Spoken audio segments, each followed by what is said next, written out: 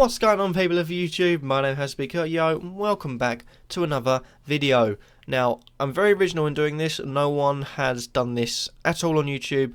I'm going to be reacting to the England 26-man squad announcements, in which there are a few surprises in there. I think everyone can agree with a few. And we're going to go through each position as it goes, starting off with the goalkeepers.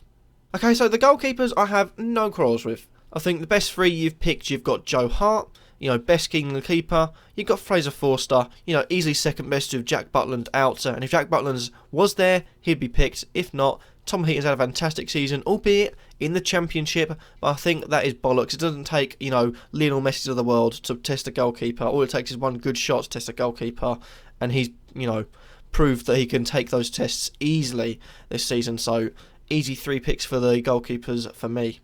And next, on to the defenders, and again, no quarrels with it at all. I think I chose to pick 7 if we're going to go for a 23-man squad. I think they're the best 7 we could get.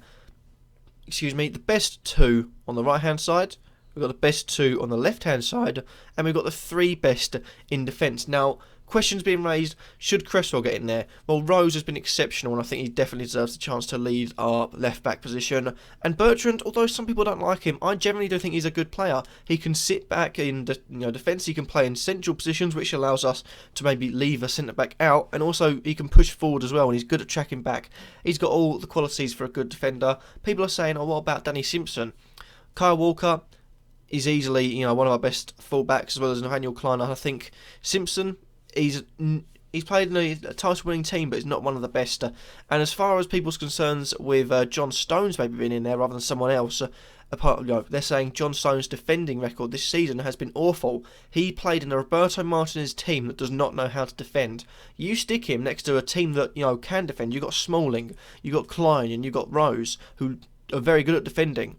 I think it changes. I think people are underestimating the fact that he is part of an Everton team that has been shocking in the defence whole season, and to be honest, it's not all his fault.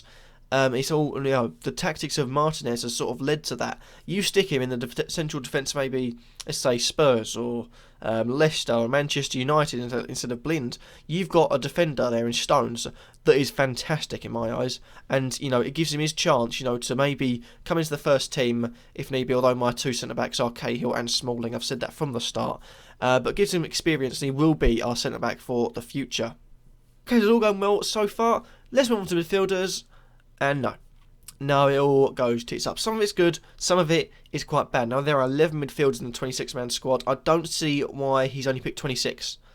I think if you're going to test a few, why not test a load? You've got great informed players that have been left out. I'll start off with the 5 players I think definitely should go from this selection. The Tottenham pairing, Ali and Dyer. I think they've been exceptional this season. Dyer sitting back, 3 goals and 2 assists from defensive midfield and filling in the centre back sometimes, occasionally in games. For him, it's a fantastic season. Definitely deserves to be that holding midfielder in our team. Then we've got Dele Alli. On the Premier League website, 10 goals and 9 assists.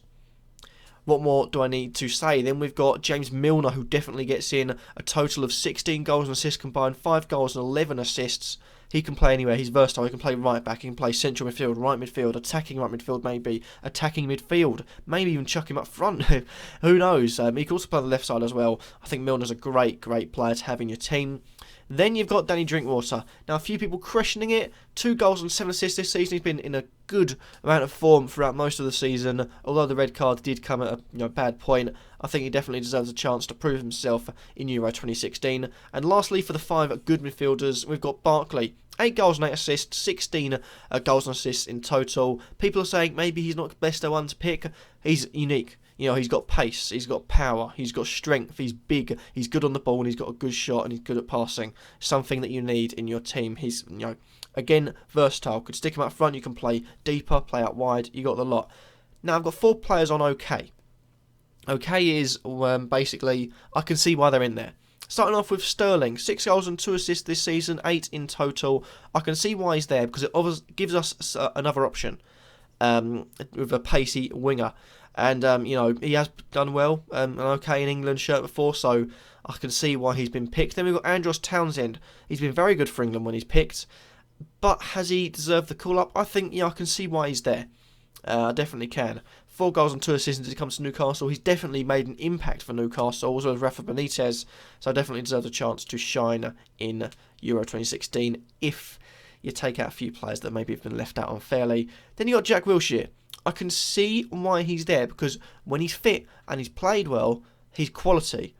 But he's done so many things. You've got to think about someone you got to look up to these people.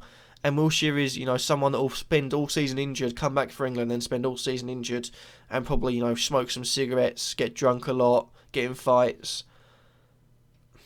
I don't like him. I don't like him, but he's quality on the ball, so I can see why he's there. And then Henderson.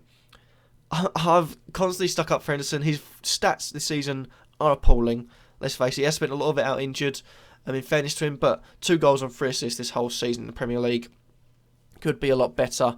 For me, I can see why he's there, because Hodgson will like his players. I do like Henderson, but he could be on the verge of being left out. I don't think so, though, but I can see why he is there. Then we've got 2 no's. Delph and Lallana. Delph, I cannot understand why he's there. It's basically Steve Bruce and Alex Bruce, if you know that situation from Hull. The only reason Alex Bruce gets into the Hull team is because Steve Bruce is his dad, and he manages the team. I feel like Roy Hodgson has adopted Delph. Delph is Hodgson's son, so automatically gets into every England team. That's what I'm feeling anyway. I have no idea why Delph is in there. Form-wise, he's not there. The only thing he's got is play for a big club. And that's just about it. And Lallana, he's had an okay season, but I just don't think he makes it into the team for me. I just can't understand why. But I feel like there's better options out there for him. I think he's got a bit fortunate, and you've seen in big occasions and big games where he's had chances, he has squandered them this season.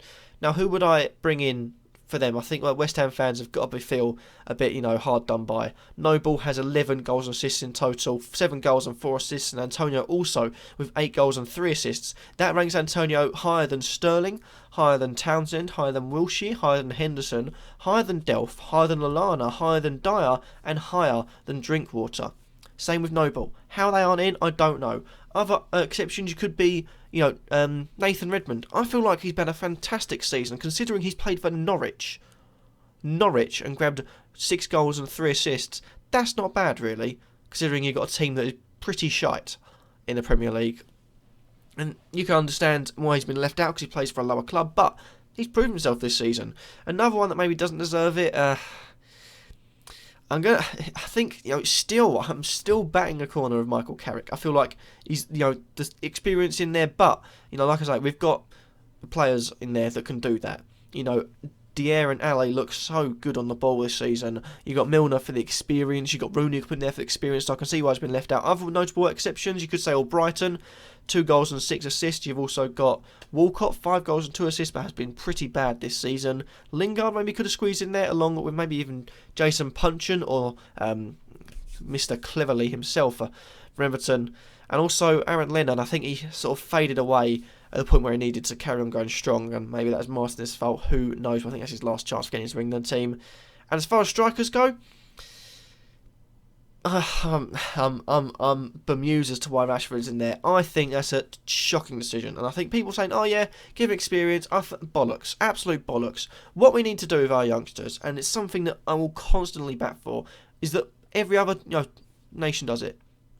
Put them into the lower tournaments, like the under-18s, the under-21s, the under-19s, whatever you want to do it.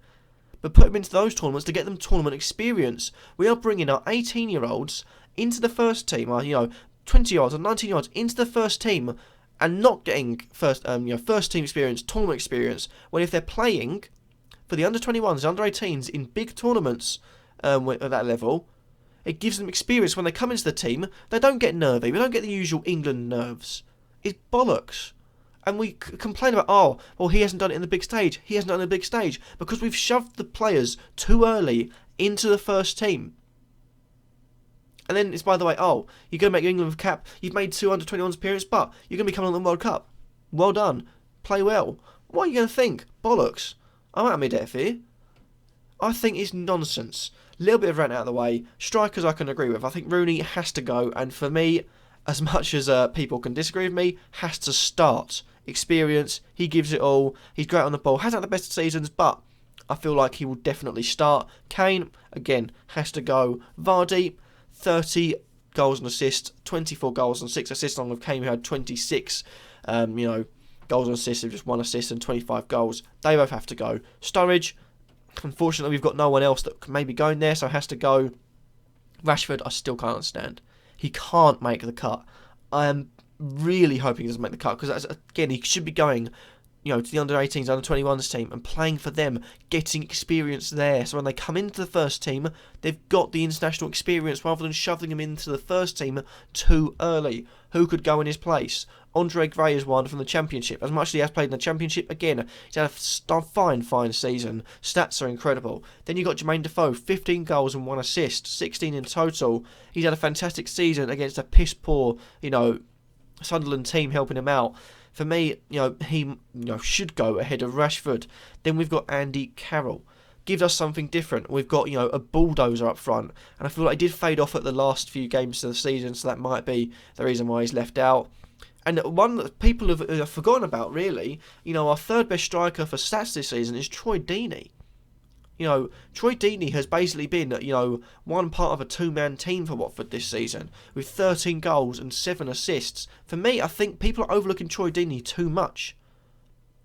He's a quality player. He can play, you can stick him anywhere at the front. I feel like he could do a job. And he's determined. Why not give him a shout? Because in the end of the day, you're getting the same out of Deeney as you are out of Rashford. And Deeney offers, again, something different. He's very good in the air. And he's very, very talented finisher. And we've seen that this season. So there's my team review. Hopefully I've enjoyed. A little bit of a rant at the end because of the youngster situation. But hopefully you all have enjoyed. Let me know your comments on who you think should stay and go and make it into the 23-man team for England. Remember to like, comment, subscribe. Spread love and not hate. And I'll catch you all in the next video. Peace. And Shift Wednesday going to Wembley. Get in, boys.